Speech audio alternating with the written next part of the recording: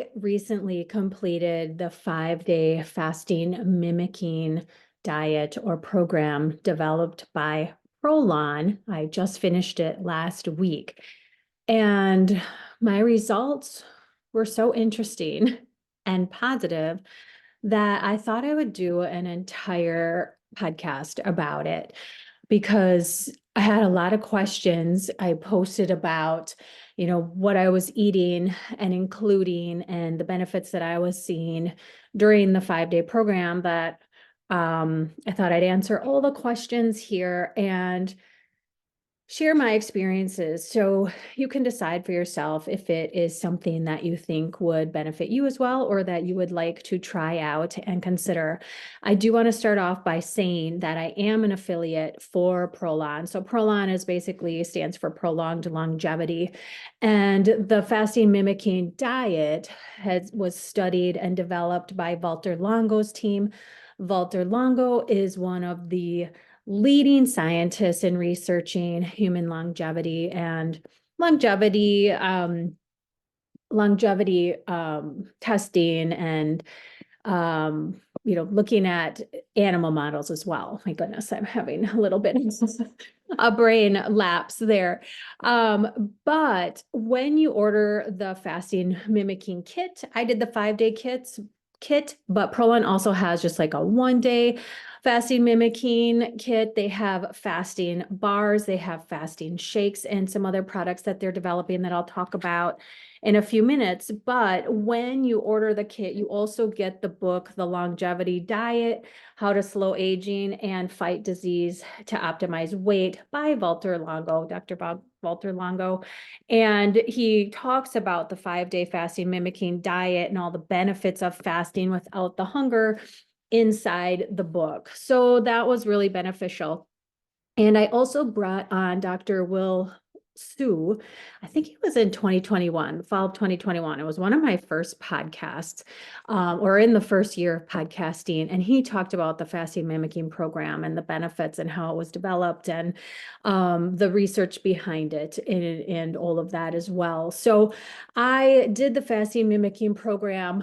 I think it was about 3 years ago. I got the 5-day kit. I believe it was in January of 2021. I might have even had Dr. Sue on even before that.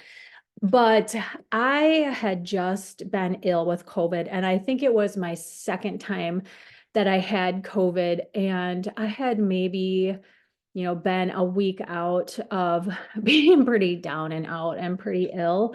And then I did the program and I only did 3 days of it. I probably should have waited until I was more, back to my usual strength, and probably did it a little bit too soon. But I wanted to try it again because, like I said, I've been an affiliate for ProLon for a long time, for several years, but I haven't promoted it that much. And although I understand the science behind it and why it's promoted and what the merit is from it, I hadn't done it in a long time, and I wanted to try it again and finish out the whole program so I could report back. And I don't like to promote things that I don't do myself or use myself, or I'm not just going to sit here and say use this or that without doing it my own self. I only recommend products and programs that I would have my family, my family or myself do. So I had a really good experience this time through, and I was sweetly surprised actually with how good I felt and some of the benefits that I was seeing. So basically what you do is you are mailed the kit. You don't have to go and shop for anything. And I do want to say this right off the bat. If you followed me for a long time, or read my content on Instagram, or you listen to this podcast, I'm not about packaged food. Like I'm always recommending that you eat whole food and make your food at home as much as possible so that you know what's going in your body and that you're not getting, packaged foods that you can't sustain. But the ProLon kit, the 5-day mimicking diet, is all packaged food. So when I was doing it, my husband, a couple times, like he'd come up and have lunch with me, I'd be eating my packaged soup and maybe a bar, and he just like, this is so different for you. Like this, I'm thrown aback that you would even support something like this. And so I just want to, make sure you're understanding that I support the research behind it and why the ingredients are in the foods that you get. Now, I do want to say too that the ingredients are clean in the packaged food. So even though you get prepackaged soup and prepackaged bars, like the bars will be like almonds and macadamia oil and some other, it's mainly a nut bar. And then the soup are like flours, but it'll be like lentil flour or oh gosh, all the rice flour. So things that I typically wouldn't be eating, but the foods that are in the kits are designed to give you some calories and get you the benefits of fasting, doing a 5-day fast, but being able to eat some foods without triggering the nutrient sensor pathways that take you out of the fast. So these are carefully studied and carefully researched and carefully put together in a certain way so that those nutrient sensing pathways are not triggered by the body. And you essentially are staying in a fasting state and you're getting the benefits of fasting, but you're able to eat some food. So in the kit, the first day, so there's 5 days. And when you get your kit, each day there's a box for each day, and you are only supposed to eat what is in that particular box. So on day 1, you do the day 1 foods. You don't like take day 5 on day 1 and mix things up, because they are put together how they're put together. And there's a rhyme behind it. So you don't want to just like, oh, I want some olives today on day, I'm going to take my olives from day 3 and add them to my day 1 because I'm still hungry, kind of thing. Like you want to stick with what's in your day 1 box. Day 1 is about 1,100 calories. Not that I'm about counting calories, but just so you're aware, it's about 1,100 calories. And then day 2 through 5 is about 800 calories. So it's well below what you would typically be eating, I would hope anyway. I know I'm eating way more than 800 calories per day, unless I'm doing, a 24-hour fast. For some reason, I don't do those very often anymore. But still below the caloric threshold that you would be eating. So you're in a calorie deprivated state, and then with carefully crafted foods. So for 5 days, calorie deprivation short term. So you don't want to, do this like 3 or 4 weeks in a row. You want to order 3 kits and do this for a whole month. Like, no, you want to just be in a calorie deprivated state, calorie deprivation for short periods of time. That can help with longevity. And how the program, so I'll get into the testing and the research behind it a little bit more, but I just did one 5-day kit, but there was a randomized study that is in the book, outlined in the book, of 100 patients carried out at USC Medical Center. And these participants did the FMD. I'm going to call it the FMD for short, which stands for fasting mimicking diet, for 5 days out of a month for a period of 3 months in a row.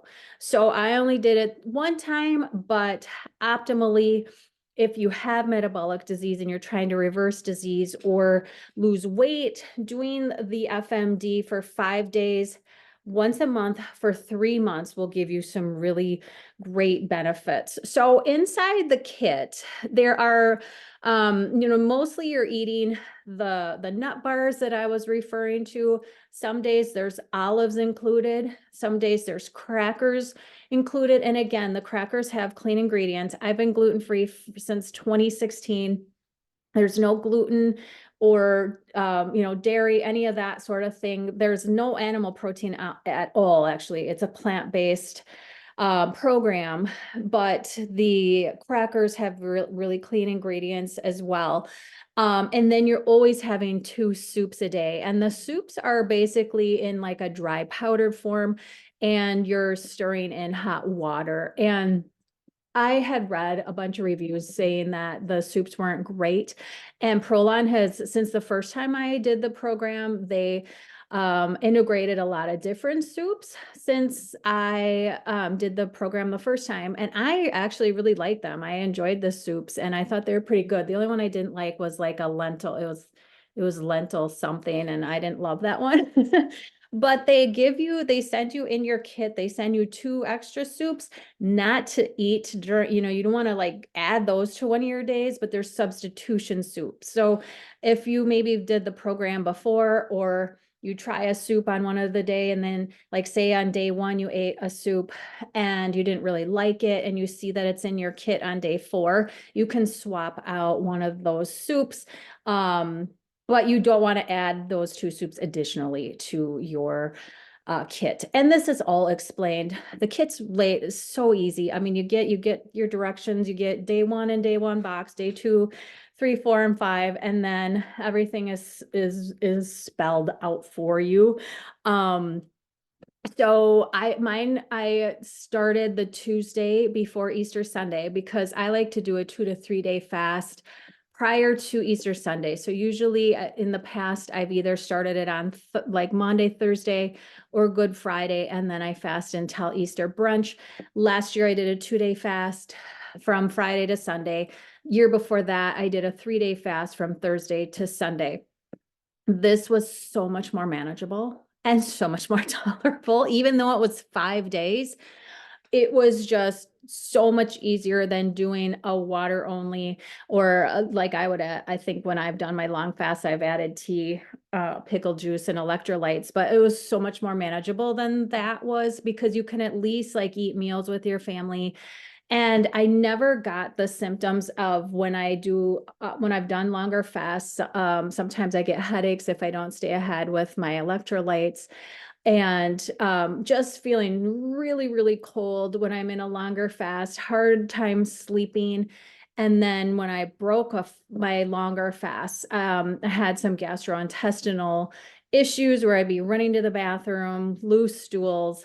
And that would continue for, sometimes a full day into the next day. And I didn't have any of that with the fasting mimicking diet. So those things were really positive for me. But basically what you're trying to achieve when you're in a fasting state is to decrease your growth factors, right? Because, when you're fasting, you're suppressing cellular activity, both healthy cells and non-healthy cells. So you're suppressing the growth factor, you're ramping up autophagy, and you're decreasing glucose. That's another thing you want to happen when you're fasting. You're increasing ketones, so you're looking for fats to burn as a fuel source rather than glucose.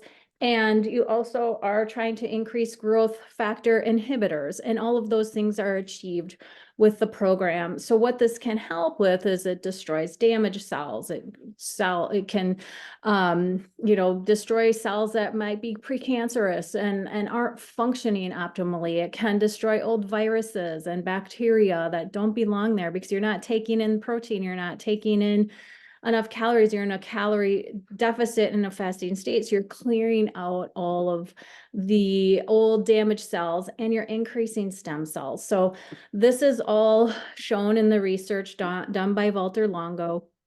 And again, the best benefits have been on those who have done the program 3 months in a row. And when I was, I was talking with my affiliate team from ProLon and setting this up because they gave me a special discount code for people who wanted to do the 5-day fast with me. And they asked me, like, do you want to do it 3 days in a row or 3 months in a row? And I'm like, I don't know. Like, I think that might be too much for me because I'm not trying to lose weight. I don't have metabolic disease. I am just doing this for longevity purposes. And I will talk more about that, like how often you should do the FMD depending on your health status and what your goals are. So day one, what you're basically trying to achieve is getting into that fasting state, right? Decreasing your glycogen stores, burning out those carbohydrate stores. That's day one. Even though you're eating 1,000 or so calories, you're burning out those glycogen stores. Your body then in day two is moving into fat burning and ketogenesis. And then day three, autophagy is starting to ramp up because that's when your body's clearing out all those old junky cells and you're really getting some really great benefits of being in a fasted state. And then day four is where the cellular regeneration is really starting to ramp up. And then 5, the renewed stem cells and all of those benefits. Now, I do want to be completely transparent and honest that I actually went through 4.5 days of the fasting mimicking diet. So I started the last solid meal that I ate, my last normal meal was on Monday night. Well, Monday about 4 o'clock, I ate. And then I started the fasting mimicking program on Tuesday. And I wanted to do that so that it would lead up to Easter Sunday. In hindsight, for next year, if I do this program again, I would just do Monday through Friday. And again, I wanted to do that for religious purposes. But once I got to Saturday, because I hadn't really done the whole 5 days of the fasting mimicking program, I was a little bit leery. I was having guests over for Easter brunch, and I was a little afraid of having digestive issues. So I decided that I would go through the 4.5 days and I would have a regular dinner that fifth night or a regular meal that fifth night or close to it. I didn't eat a lot of protein and it was a smaller meal, but I did have a regular meal that wasn't part of the fasting mimicking diet because I was anticipating if I didn't do that, I was going to have, running to the bathroom on Sunday when I had all these guests in my house because that happened to me a couple of years ago. When I did a 3-day fast, I literally was like in the middle of eating my brunch and I had to like run to the bathroom and I had to keep running to the bathroom all afternoon. So that did not happen. And I'm very thankful that that did not happen, but I wasn't for sure at the time, how I was going to react to breaking, coming off the 5 days and breaking my fast. So I actually ended on Saturday night rather than Sunday morning. And that tend to work well. But next year I would just do Monday through Friday and be done with it on Good Friday. And then, have lighter meals Saturday, because when you come off of day 5, the next day 6, you are supposed to have lighter meals because, your body's not used to producing as many enzymes and it's been in a fasting state for 5 days. So lighter meals, and then you can resume your normal meals on the 7th day. But, so that's what's kind of in your product and your kit and what to expect and how I did it. So they lay out to like, you'll take out your box and maybe you'll have, a package of olives in there, a package of crackers, 2 soups, and a fasting bar. And it'll say like, have your your bar for breakfast, and then have one of your soups and olives for lunch, and then have your other soup and your crackers for dinner. And you can certainly do that. But what I did is I combined it into 2 meals because that's kind of what I'm used to doing. And for me, that worked better. So I would have one of the, one meal at like 10 or 11. So I'd have like a soup and a cracker and a bar. And then for dinner, like 4 o'clock, I was usually pretty hungry by 4 o'clock. If I ate at 10 or 11, I would have the other soup and the crackers. And then, if there was another pack of olives, I would do that. There's also some multivitamins and some oil that is included. And then days 2 through 5, there's what's called an L drink, and it's got some glycerin in it. But I will say I stayed very well hydrated the whole time. I actually used my herbal tea as well, because it does say that you can have up to 6 cups of tea in addition to what is in your kit. So I drank my tea every morning. I added some salt and I added my electrolytes in my tea like I normally do. And that seemed to work really well for me. But what I seem to experience, I was really surprised. So I wear an Oura ring, and this is how I tracked most of this. And you can get in touch with me if you are interested in an Oura ring, because I do have a certain amount of links that I can pass on to people for a discount, but it's only a certain number. So anyway, I track all of my all this data was tracked on my Oura ring, and my sleep was really good, like really improved, where normally when I am in a 2 or 3 day fast, like water only, or, tea or whatever, the first night I sleep okay, but that second night, my cortisol is so high, and I've had trouble sleeping, and this happens to me pretty much every time I do a longer fast. That second night I sleep really terrible. That did not happen to me with the fasting mimicking diet. I slept really well. My heart rate variability is tracked on my Oura ring, and this you want higher.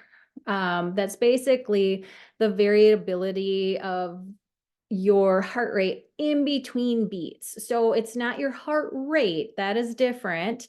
Your heart rate is like, how many times a minute your heart is beating. This is heart rate variability. So it's looking at in between the beats of your heart, and higher is correlated to better. I can't give you a range like, oh, this is really good for, a woman or man, because it really depends on your age and your heart rate variability. But what I can say is I have never seen my heart rate variability this high ever. And I've been wearing an Oura ring for over 2 years. So 2 years and 4 months, I've been wearing my Oura ring. As you age, your heart rate variability declines, but I've never seen it this high. I mean, it was like double what it normally is, double to even triple. And I have tried to get my heart rate variability higher, because I feel like for the lifestyle I live, that it should be higher. But I am almost 50, and it's pretty average for a woman my age, but I feel like it should be higher. And I think why this is I tend to be in fight or flight a lot, and I lean towards being in the sympathetic rather than the parasympathetic. And the FMD seem to help with that. So my heart rate variability, and this was every night that I was doing the fasting mimicking diet. It wasn't just one night, it was every single night. My heart rate variability was double. And even now, I'm how many days out? Maybe 5 days, 5 or 6 after finishing. And my heart rate variability is still higher than it was prior to the FMD. And what's interesting about that is I am in the luteal phase of my menstrual cycle also. And, getting to, I think I'm on like day 24, day 25 right now, maybe even more. And this is usually where my heart rate variability is even lower for me, because your temperature is higher. And anyway, I tend to have the lowest HRV right now for my menstrual cycle, and it's still increased. So I was really impressed with that. Just because you're in a restoration, you're in a fasted state and your body is renewing and regenerating. So that was kind of proof to me, like, wow, there was nothing else that I changed. I wasn't able to go outside and be in the sun and do a lot of grounding. It was just the fasting mimicking diet. And then I also saw my heart rate come way down, like a lot lower while I was sleeping than it typically is. And I usually have a pretty low heart rate. It's usually in the 50s and 60s, maybe up to 70 when I sleep, but it was mainly in the 50s when I was doing the fasting mimicking diet. So that showed me again that I was in a more of a renewal state. And then the third thing that I saw on my Oura ring, it also measures daytime stress. And my daytime stress is usually tanked. It's not good. Like, that's another thing where I was like, gosh, I really just need to, like, it will show you if you're in a stress state, kind of like oh, what else is it? A stress state, an active state, or like a restored state. There's 4 phases of daytime stress that it shows you. And I always have more stress time than I have renewal time or restorative time when I am looking at my Aura ring and my daytime stress. Without fail. I mean, there's very few days where I'm like more in a restorative zone than I'm in a stress zone. And I did the fasting mimicking diet. I started it the Tuesday after my mother's memorial service. My mom passed away about 6 weeks ago, and we had her memorial service on March 23rd. And I started this the Tuesday after that. And so I had been in a stress state for many months. But it was immediate. It was the first day starting on the fasting mimicking diet that I was more in a restored state for my daytime stress than in a stress state. And again, I was doing the normal work that I'm usually doing. It's not like I was on vacation, sitting on the beach and sitting in the sun. It was just, that was different. And I do think my stress was a little lower because I kind of got through the memorial. I got through her whole hospice and planning everything and taking her to doctor appointments and all of that stuff on top of all of the other things that I'm doing day to day.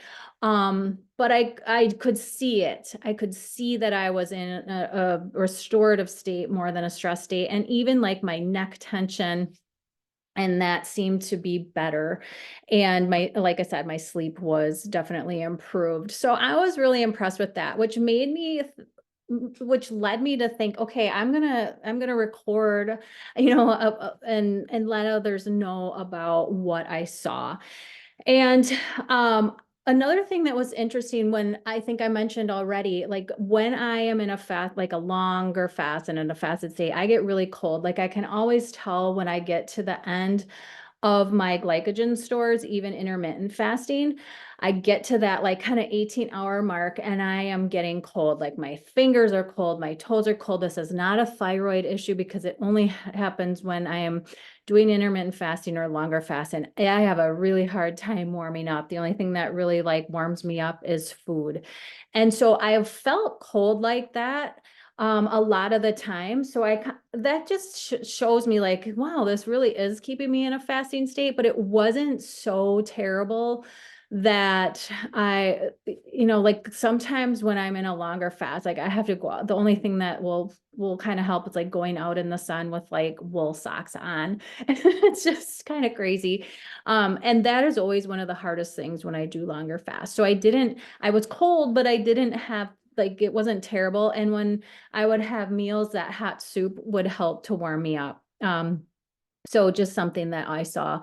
And I kept my activity mainly to walking. I do a lot of walking. I try to go on at least 2 walks a day with my dogs, but I did one strength session, 1 hour long strength session, but I did do lower weights because on the packaging, it does say, try not to do real vigorous exercise because that's just going to, increase your hunger, and you just don't want to do a lot of that during the 5-day fast. So I didn't see much for negative things. I was hungry sometimes, especially at night, but it wasn't anything that I couldn't like get through. And I thought, oh, I'm going to break my fast. I was never to that point where I thought I'm going to like, I need to stop this and eat some, eat my usual food. I didn't feel like that. I was hungry part of the time though, especially at nighttime. The only other negative that I experienced was some gas and bloating. And this happened to me the first time around too. There is vegetable inulin or inulin fiber, and there's some chicory root fiber in some of the bars and in the crackers. And I don't respond well to that. And it always makes me gassy, sharing my experience. But again, it wasn't really, it was more gassy than bloating. I didn't get a ton of bloating. If you get bloated a lot, you kind of know what the difference is there. Again, it wasn't intolerable, but I did notice that. And that's really about the only negative, other than, of course, it gets monotonous, and how anybody could do, packaged food for days on end. Like I think of Jenny Craig and all those packaged foods, you're just set up to fail, because even just the few days I was doing this, I'd look in my pantry and I'd be like, oh gosh, those potatoes look good. Those macadamia nuts look good. Those beef sticks look good. But I knew it was like really short term. So it wasn't a huge deal. And then of course, my family wasn't doing any of this. So I would just eat my little, packaged soup and bar while they would have their normal, their normal, dinner. And so that's hard. It's a little hard mentally, but again, I knew it was short term. I was feeling good, so I continued with it.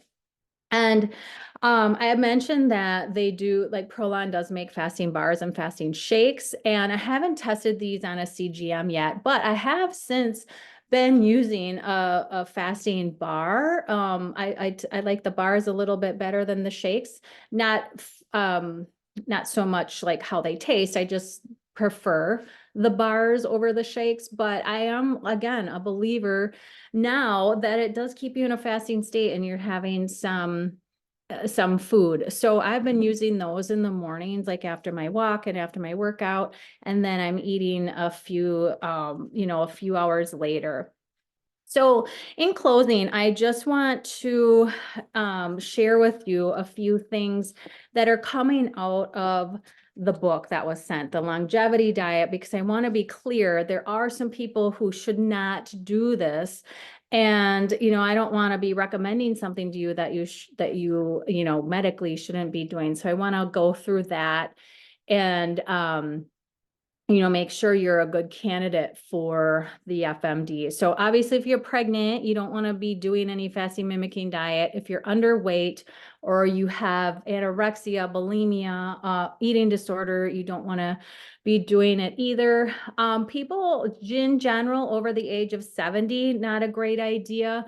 Unless you're in really good health, then but in general, over the age of 70, you don't have a lot of reserve. So it might not be the best option for you. If you're fragile, if you have liver or kidney disease, not a great idea for you.